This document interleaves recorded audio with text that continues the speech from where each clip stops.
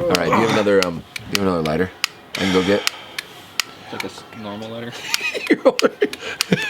You're over here lit like a mofo, and we're over here struggling like sucking on an apple. She's lit, but she's struggle. You're lit too, but it's gonna be like mine. That's crazy. It does say there's stuff in there though. Yeah, yours is like mine. Bad. It works. This is no use. Okay. Well, that should do it.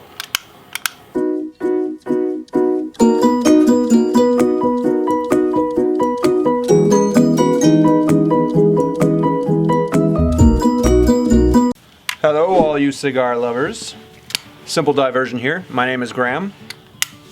And that's Rob. I'm Rob. And this is Ryan, who now is our most used special guest. Congratulations. You have broken the record. Day. Actually, one day, like 1 hour. We're killing it. Pretty much. Yeah. So this is the Herrera Esteli Cigar by Drew Estate. This is going to be the Robusto size.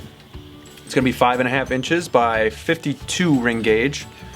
This is a Nicaragua cigar with a Ecuadorian Habano wrapper. Medium body. Yep, medium to full body. Yep. Okay. I've always been a big Drew Estate fan. My Uzi weighs a ton. Yeah. Those are okay. They're a little overpowering. Fire cured. Yeah, those are all right. I mean, but Drew Estate owns all these different cigars now. So, But this, they said, is one of the newest lines to come out. So that's pretty cool. I like medium-bodied cigars because they're not like overpowering, but they're, you get some flavor from them. I would think this is a nice kick. Yeah. Yeah, I mean, I think we're all three pretty big Drew Estate fans. Oh, I mean, there's a few that are hit or miss, but the Undercrown, the Liga Privada, the T52, this one, those are going to be your home run hitters. Right. But then you got the Nica Rustica that I don't think any of us really like. No, that one you couldn't even get anything out of it. Yeah, the Kentucky Fire Cured. Those are okay. I haven't had that. I've had those. You gotta want that one. Yeah, Drew Estate makes my Cubas. I mean, those are like my. They bought out acid. If you are a purist, you wouldn't like that. However, I like a little flavor sometimes in my cigar, and they're pretty good. So I mean, again, I'm a big Drew Estate fan, and the Esteli fits right in. Yeah. So this is my second or third one of these. So nice. Mine too. My first. Man, we just keep popping your cherry. Popping my cherry here. I like it. First impressions? Yeah. I'm getting a little cream.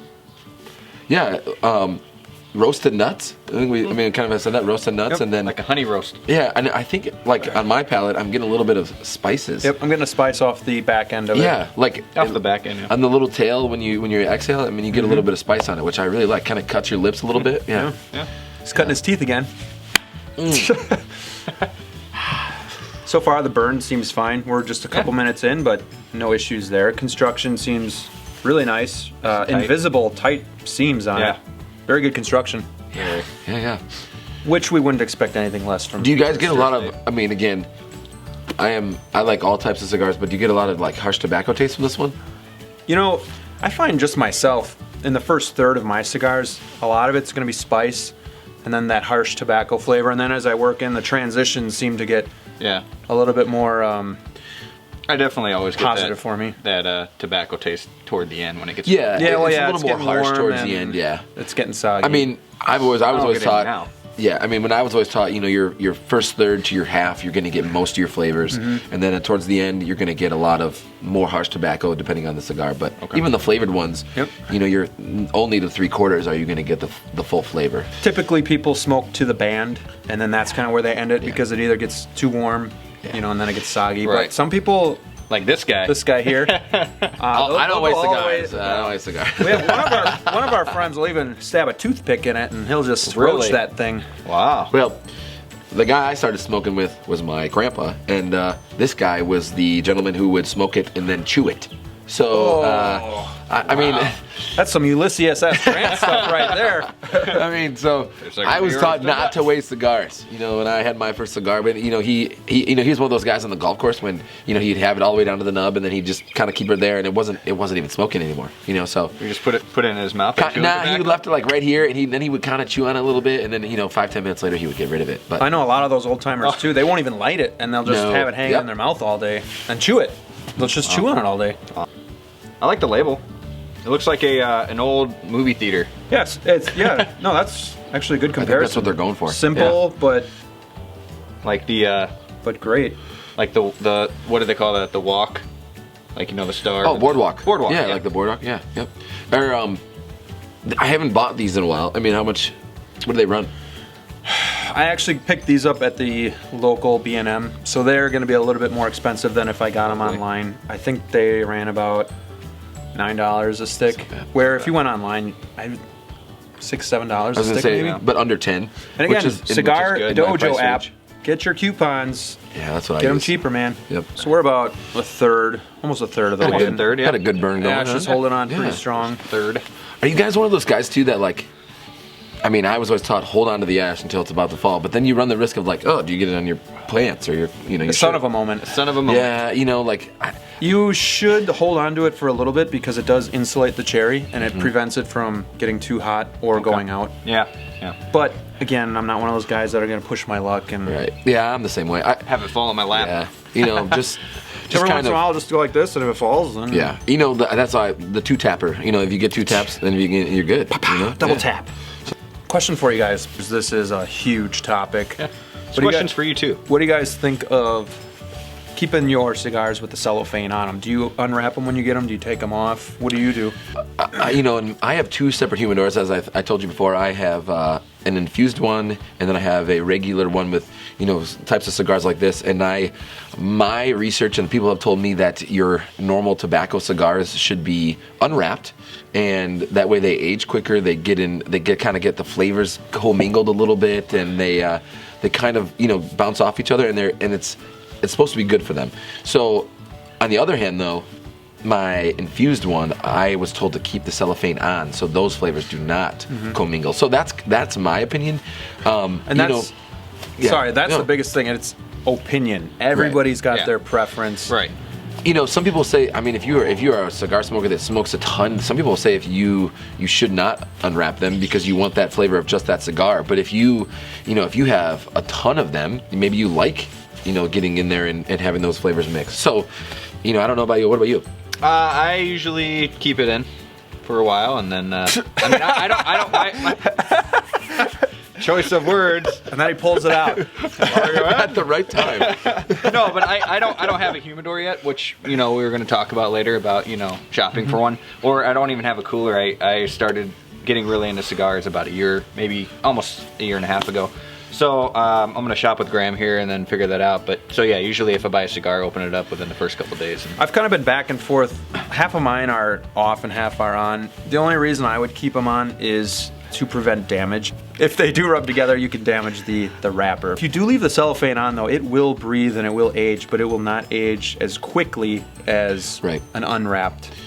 So it's really up to whatever you want to do. Are you aging? Some people have two humidors. One they're aging, one they're not. And I got most of my advice from a guy named Brian Glenn.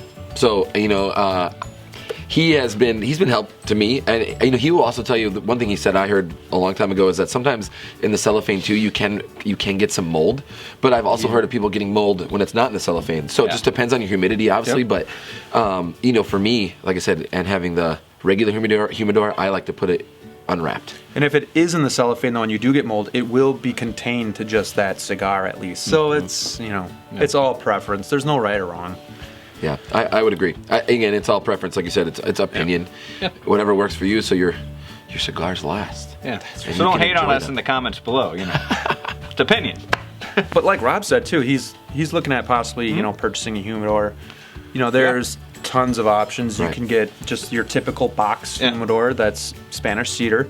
They can run anywhere from $30 to $100 for a decent one. Yep. The other route you can go, and it's if you're trying to save money, is just get a cooler. Yeah, or if you have a crap that might be what I do. Or if you have 740 of them. We're going to do a video eventually about how to make a coolador, but that's cheap and easy to do. Maybe we can make a video of that while we make mine. That could be our video. Yeah. I have a 100 count one and I have a 30 count one. So, and again, the 30 count one is infused. The 100 count one is Spanish cedar. It's a really nice one. I got it off of Cigars International a couple years ago. It's got a nice hygrometer with it and stuff. And you know, I did the whole soak the water in first and make sure it's all good and stuff. So I really enjoy mine. It's got a good seal. It you know, I sometimes have to move it around in my house depending on the temperature and the winter, the weather, but you know, it's been pretty good. Here's a question. Yeah. Would you ever buy a humidor that's lined with sheep dip? What do you guys want to talk about? Packers? Yeah. Olivia Munn talk got about- dumped by Aaron Rodgers. Let's talk about our She's too damn controlling. Yeah, that's what I heard too. Hey, did you hear the news, remember? Packers said today they had talks with LeGarrette Blount. Really? The article I read this morning on ESPN, they said they are talking with LeGarrette Blount, and I said, well, About to get a second Super Bowl. And the Saints are talking with Adrian Peterson, but whatever. Then They do got him? No, they're talking with him. Yeah. He's taking a pay cut, isn't he? Well, he'll have he'll to. have to. Well, I think he's said okay about it.